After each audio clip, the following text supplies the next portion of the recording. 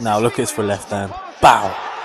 Now, if you would have saw William Crawler go down the 4 times before this knockout, you'd understand the commentator's reaction and the whole crowd's reaction and my reaction. That was absolutely a peach perfect shot, but you couldn't get any better. I want to shout out Daily Brews though for uploading this video that I've used onto here, because I've been trying to find it, I can't find it anyway. But that knockout, wow. William Crawler versus Glenn Byrne last night.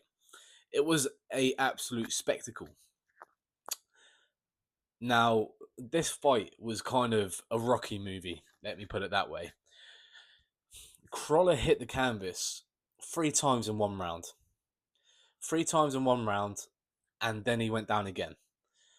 He also got hurt after hurting Byrne. He had Byrne on the back foot, kind of stunned and wobbled, legs were kind of gone underneath him. And then Byrne throws a right hand, lands clean, and then it throws Crawler back into trouble. Anyway, even after being knocked down 4 times, down on every scorecard, he still has, I believe it was like 3 rounds left until the final bell. It was scheduled for 10. I believe it was the 7th round.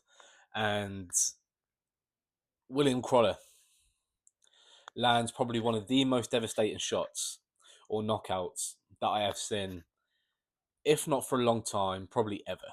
Like, genuinely, it was one of the most scariest knockouts, which I will put a video on the start of this video. I'll put a clip onto it, talking over about the clip. But the heart that you have to be knocked down 4 times, down on every scorecard, and getting hurt every sort of confrontation confrontation that you engage with. Anytime you engage with Glenn Byrne, you're getting hurt and you're getting wobbled, you're getting put back, and it looked like whatever Crawler was throwing at Byrne just wasn't affecting Byrne. It just wasn't, until he started tiring out. Now, Crawler was landing some great body shots at the start of the fight. Some great body shots, and it was setting up. It really was. It was setting up for what happened. And that right hand, the finish. I mean, I wasn't even going to do this video because I didn't know the outcome of Glenn Byrne until I think it was late Pat Brown fight. And Glenn Byrne's fine. He's fine. That was a scary knockout. He hit his head so hard on the back of the canvas, so hard. And the fact that he's all right, like, I mean, I'm happy to speak about it. And it was probably one of the best comeback knockouts that I have seen for a very long time. For as long as I can remember, to be honest with you. It kind of dates back a little bit to Fury Wilder, but Crawler was down way bad than Fury ever was. But I'm going to talk about Pat Brown now, on his performance. Now, Pat Brown did get a stoppage in the 7th round, and I was impressed in some aspects. When he was first coming out, I thought the first 2-3 rounds, I thought, wow, this guy is good. Like, his shot selection, a little bit off, kind of a little bit rushed, but still very dictating the fight, still very in control. Now, the fight that he took, I would not have been taking that fight in his stage of career when I think that's his 6th pro fight, 5th or 6th. In that stage of my career, I don't know if I'd have taken a fight like Vasil Dikar, to be honest with you. That's a very tough fight. He's been in there with like Billum Smith. He's been there with some great names. So like, he proves that Pat Brown has proved that he's at that level where he can step up. But one thing I will say is he is a little bit predictable. I mean, I'm not saying that by any means that I would ever take him, like, not that sort of predictability. But there was a shot. Now, it was the finishing shot for me, actually, that it was landing or being set up over and over again. It was the left hook body and then left hook to the head. He was going body head. It kind of reminded me of Tyson. I can't remember Mike Tyson, the way he would throw that left hook to the body and whip it straight back up to the head, but so fast. Now Pat Brown was landing that.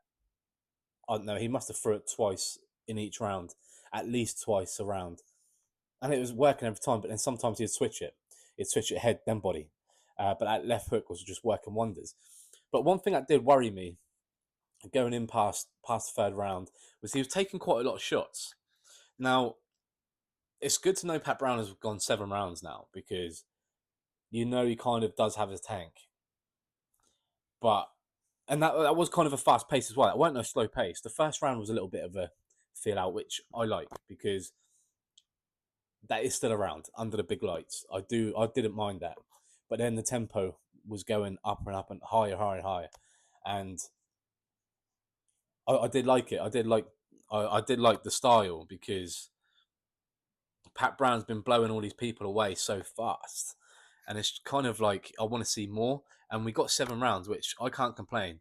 It's just the only thing I'd say is the way he leaves his chin up. The way he throws off a combination, a 1-2 combination, or even the left hook, his chin raises a little bit. It's not like the thing is he'll keep it nice and tucked in the shot, then he'll throw the jab, and as soon as that right hand goes, he lifts it up a little bit. And that kind of worries me because he was taking quite a few big shots. Yeah, I mean, he was still taking them in the 7th round very heavily. But I'm thinking if he was against a much bigger puncher. Now, I know Dukan it is respectable in the sense of punch power in himself, but he's not the biggest puncher in a division. So I feel like that could be dangerous leading up to somebody that will give him a tough one. Like you got Hedges up there, you got Billum Smith. I mean, Pat Brown has got it. Like let's not. I'm not kidding here. Like I would give nothing but praise to Pat Brown leading into this fight. I couldn't speak highly of him, but it's kind of worrying when you see a chin lift like that, like against the big punches, especially if he's thinking about moving to heavyweight. If he's thinking about moving to heavyweight in 2-3 years' time after conquering the cruiser, that's a bad trait to have, and it's easily fixed. It is easily fixed. He can train it so well. Because if he was fighting the whole fight with his chin up, then that's a little bit of a worry. But he's not. He does generally keep it tucked in nice, and he does tend to keep his head off the centre line after like a jab or a double jab or a left hook. He kind of is out of the way and he pivots. He does drop the shoulder a little bit and he does pivot out. But when there are shots there that you're taking, it is a risk. It is always a risk. And thing is, he'll know that. He'll know that being in there, thinking I shouldn't have took that shot. Like I shouldn't be taking these sort of shots. And did he say that in the post fight? No, I think I'm Crawler. But he'll know that he's been taking shots in the sense in the sense of that he shouldn't be taking them. So he'll go back. He'll work on that. But overall, he's still a great fighter. Like he's a dangerous man. His shots are so heavy. Like he's got heavy hands and he's very fast as well. I can remember in the 2nd round, I see him throw a left hook. And I was like, whoa! Like I literally thought I missed it. Like I genuinely thought I missed it. It was that quick. I was like, damn! Like he's got a left hook from hell. It is nuts. But yeah, even like how Eddie Hearn says, we can't even call him like the next gen or new gen of fighters because like these fighters are just all around now. Like it is just a style now. But yeah, let me know what you think of last night's event. Tonight we've got Derek Chisora versus Deontay Wilder, which I'm actually looking forward to that quite highly. And also got Vidal Riley fighting on there, which I'm kind of looking forward to him fighting because he isn't very active. So I'm looking to see where he's at. Looking forward to seeing where he's at. But let me know what you thought about last night's boxing. Let me know what you think about that knockout at the very start of the video. But if you wouldn't mind leaving a like on this video, I'd greatly appreciate it, as always. And if you're still here, I want to say thank you. And I'll catch you at the next one.